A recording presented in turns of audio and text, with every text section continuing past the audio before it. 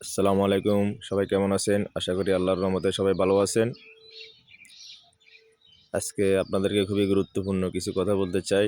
সবাই খুব মনোযোগ দিয়ে শুনবেন। একটা থিওরি আছে হোমিওপ্যাথিতে, অঙ্গবিশেষ রোগ নয়, জীবনী শক্তি নিজেই রোগী। খুবই গুরুত্বপূর্ণ একটি কথা।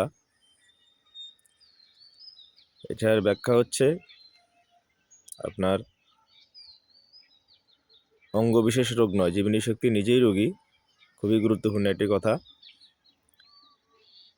মানে একটি রোগ যখন শরীরে প্রবেশ করে, জীবনী শক্তি আমাদের যে ভাইটাল ফোর্স বা ষষ্ঠ পদার্থ আমাদের ভিতরে যে ডাক্তারখানা বিদ্যমান, সেটি যখন ব্যর্থ হয় তখন লক্ষণের মাধ্যমে রোগকে প্রকাশ করে।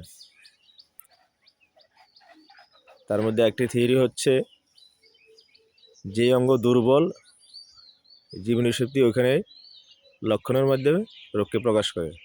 তার মানে কি বোঝায়? যে জীবনী শক্তি যখন নিজে ব্যর্থ হয়, এখানে যদি জীবনী শক্তি বা ভাইটাল ফোর্স বা আমাদের ষষ্ঠ পদার্থ যেই ডাক্তার আমাদের শরীরের ভিতরে বিদ্যমান, সে যখন সক্রিয় থাকে তখন রোগ প্রবেশ করতে পারে না। তো অঙ্গবিশেষ রোগ নয়, জীবনী শক্তি নিজেই রোগী। রোগ নয় রোগীর চিকিৎসা,